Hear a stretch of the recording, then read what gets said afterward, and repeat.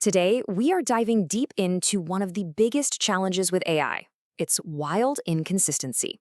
We're going to break down exactly why that happens and, more importantly, how you can take control. So, you've probably been there, right? You ask an AI a question and get this amazing, insightful answer, but then you ask it something similar later, and the response is just totally off the mark. It's a super common frustration, and it really makes you question if you can trust these tools. Well, the answer often boils down to this one single word. It's not always the AI model that's failing us, it's how we're asking the question. The prompt is literally the key to unlocking what the AI can really do. So here's our game plan. We'll start with the art of the prompt, then cover some foundational techniques and ways to get deeper reasoning. After that, we'll learn how to control the outputs, build a real-world example, and even get you prepped to ace that next job interview. Let's get into it. All right, let's start at the beginning with the art of the prompt. What on earth is prompt engineering anyway? And why is it becoming such a critical skill for anyone who's serious about AI? So, at its heart, prompt engineering is all about crafting the perfect input. It's the science of designing your questions and your instructions in a way that guides the AI to give you exactly what you want, whether that's better accuracy, a specific tone, or a perfectly structured format. And I love this analogy because it's spot on. You're not writing code in something like Python. You're using plain English to tell a very powerful machine what to do. So the better you get at giving clear, logical instructions, the better your program's going to run. Okay, let's move on to our foundational techniques. We're going to start with the most common methods you'll see out there: 0, 1, and few-shot prompting. It really all comes down to the power of giving good examples. Check this out. On the left, you've got a 0-shot prompt. It's just a direct command, no examples. It's quick and easy, but the results can be all over the place. Now look at the right. That's a few-shot prompt. Here, you're basically teaching the model the exact pattern you're looking for by showing it what good looks like first. This gives you way more control. And this table just lays out the trade-off perfectly. As you go from 0-shot to few-shot, you can see that your accuracy and your consistency go way, way up.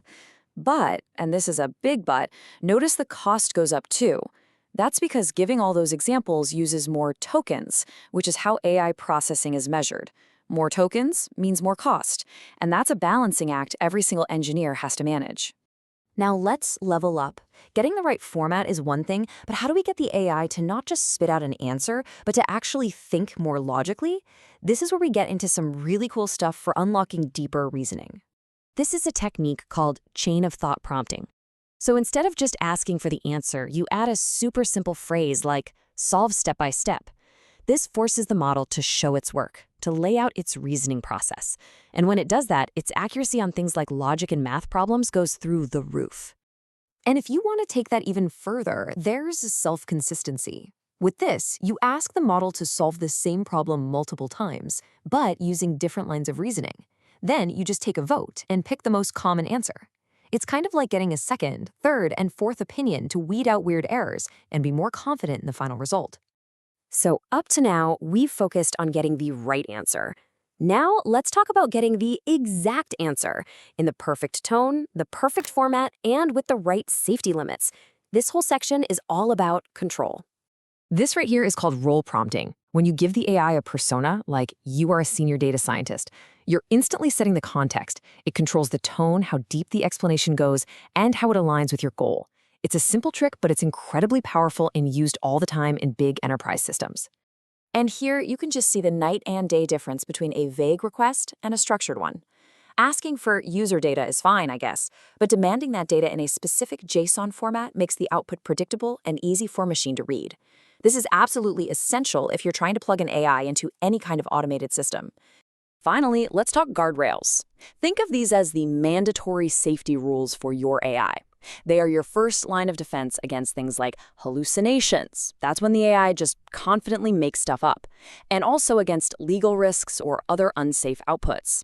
For any serious, real-world application, guardrails are not optional. They're a must. Okay, time to put it all together.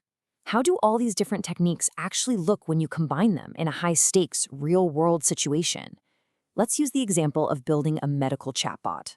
So instead of using a simple, risky prompt, a production-ready system layers all these techniques. You give it a professional role, You provide it with examples of safe answers, you force it to give a structured output, like a confidence score, and most critically, you add a guardrail that tells it to just recommend a doctor if it's unsure. This combination is what turns a risky toy into a reliable tool. All right, let's bring this home and talk about why this matters for your career. Knowing these concepts is great, but being able to explain them clearly is what lands you the job. So how do you prove that you really get it? So imagine you're in a job interview and they hit you with this question. This is a big one. It's a test to see if you have the practical hands-on knowledge to build safe AI systems. A generic answer is just not going to cut it here. A really strong answer shows you have a whole toolkit. You'd say something like, well, I'd start by using few-shot examples to ground the model in facts. Then I'd use chain of thought to improve its reasoning and self-consistency to verify the answers. Finally, I'd lock down the format with structured outputs and use clear guardrails as a final safety net. An answer like that shows you know how to tackle the problem from every single angle. So, there you have it. We've gone from a simple question all the way to a full-on engineering toolkit that really separates the casual AI user from the pros. You now have the foundational techniques to build AI that's more accurate, more consistent, and a whole lot safer. The only question left is, what are you going to build first?